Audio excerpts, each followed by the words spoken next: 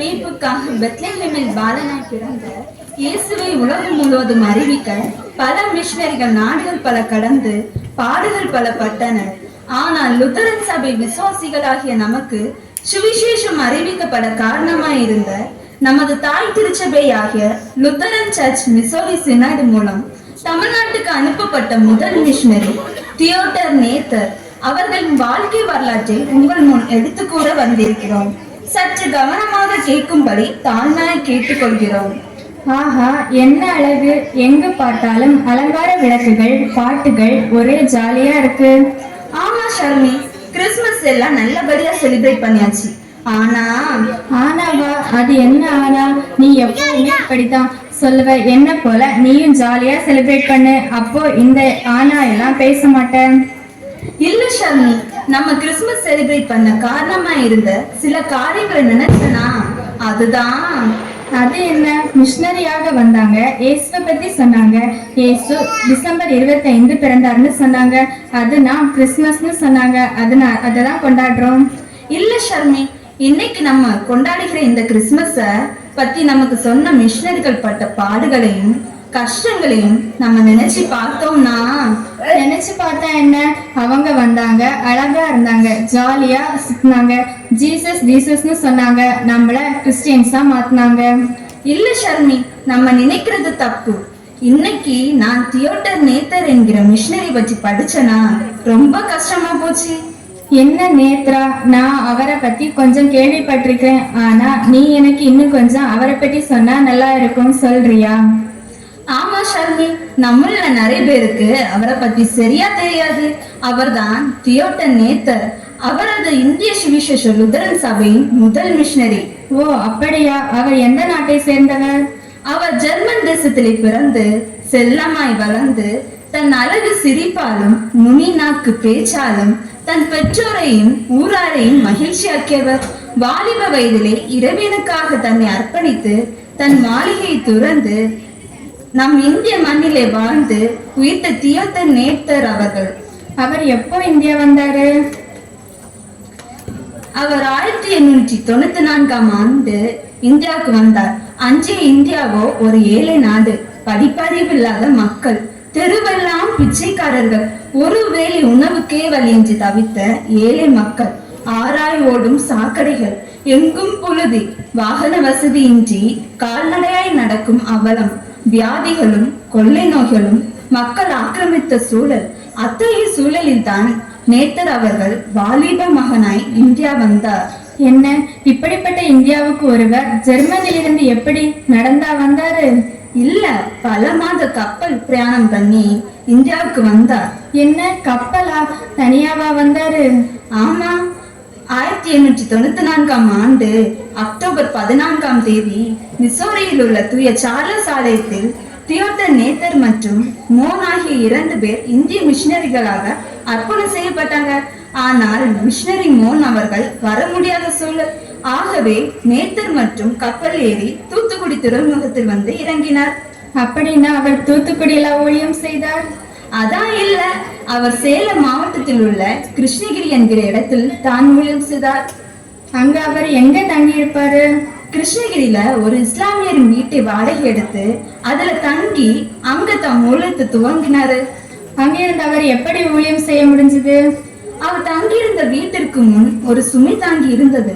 அதுல மக்கள் கால்நடையாய் நடந்து வரும்போது தங்கள் சுமைகளை அதில் இறக்கி இலைப்பாரி நடந்து செல்வார்கள். நேத்தர் அவர்கள் இந்த சூழ்நிலையை சாதகமாக்கி அங்கே தன் ஊழியத்தை ஆரம்பித்தார்.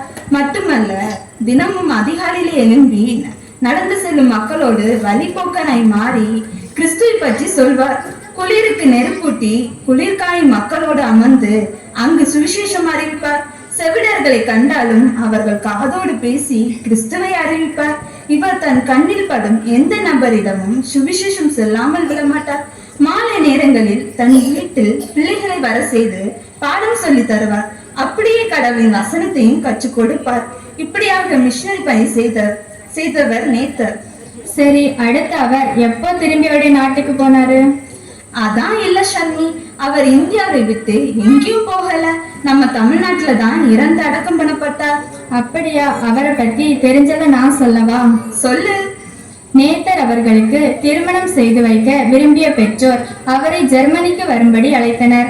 ஆனால் அவர் தான் மீண்டும் இந்தியாவை விட்டு வரமாட்டேன் என்று கூறினார். அதனால் அவருக்கு நியமிக்கப்பட்ட ஜெர்மன் நாட்டு மகள் ஜோகன்னாவை பெற்றோர் இந்தியாவுக்கு அனுப்பி வைத்தார்கள். அவர்கள் திருமணம் இந்தியாவிலேயே நடந்தது. ஓ, அப்படியா? இன்னும் கேள, 1894ஆம் ஆண்டு கிருஷ்ணகிரி மிகவும் பின்தங்கிய வளர்ச்சியடையாத ஒரு பகுதி. அங்கே ஜெர்மன் நாட்டு செல்ல பிள்ளைகளாய் ஒய்யாரமாய் வாழ வேண்டிய நேத்தரும் ஜோகன்னாவும் சுகாதாரமற்ற அழுக்கு படித்த மக்களோடு பசியோடு கோடையின் கொடுமையினால் வாடிப்போன முகத்தோடு உடலில் வெயில் கொப்பளங்களோடு இருந்தார். ஆனால் உள்ளத்திலோ இவற்றையெல்லாம் ஆனந்தமாய் ஏற்று மகிழ்ச்சியாய் அருள்நாதர் இயேசுவை பற்றி இன்னும் அதிகமாய் ஊழியம் செய்தார். சரி, அடுத்தது என்ன ஆயிற்று? சொல்றேன். நேத்தருக்கு ஆண் ஒன்றும் பெண் ஒன்றுமாக 2 குழந்தைகள் பிறந்தார்கள். ஓ, அந்த குழந்தைகள் மிஷனரிகளா? அதுவா? அந்த கொடூரத்தை கேள. ஜெர்மனி தேசத்திலே மொட்டுக்களாய் மலர வேண்டிய குழந்தைகள் அங்கே பஞ்சு மெத்தையில் தாலாட்டு பாட தூங்க வைக்க வேண்டிய ரோஜா மலர்கள் தங்கள் பஞ்சு விரல்களால் அழுக்கு படிந்த இந்திய மண்ணை பிடித்து விளையாடியது இயற்கைக்கு சகிக்கவில்லை. இந்திய கால சூழ்நிலை ஒத்து வராததால் வியாதிப்பட்டு ஒன்றன் பின் ஒன்றாய் 2 குழந்தைகளும் மறித்து போயின. ஐயோ, பரிதாபம். இப்பொழுது நேத்து திரும்பி போயிருக்க வேண்டியதானே? அதுதான் இல்ல. கலப்படையில் கை வைத்தவன் திரும்பி பார்க்க மாட்டான் என்பதற்கிணங்க நேத்தர் தன் அருமை குழந்தைகள் 2வரையும் இழந்தும் கிறிஸ்துவுக்காய் இன்னும் அதிகமாய் உழைத்தார். கேட்கவே கஷ்டமா தான் இருக்கு. ஆமா, அது மட்டுமா? இன்னும் கேள்.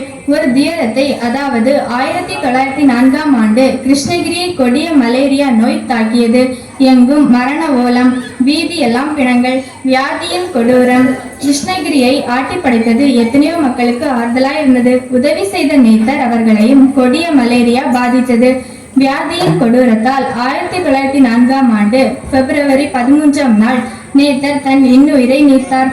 ஆம், இந்திய மக்களுக்காக ஜெர்மனி மண்ணை விட்டு, தன்னை பெற்றெடுத்த பெற்றோரை விட்டு, தான் பெற்ற மழலை செல்வங்களை இழந்தும் கிறிஸ்துவுக்காக வைராக்கியமாய் உழைத்த ஜோகன்னா அம்மையாரை தனது அன்பு கணவரின் மரணம் வியக்கடைய செய்தது.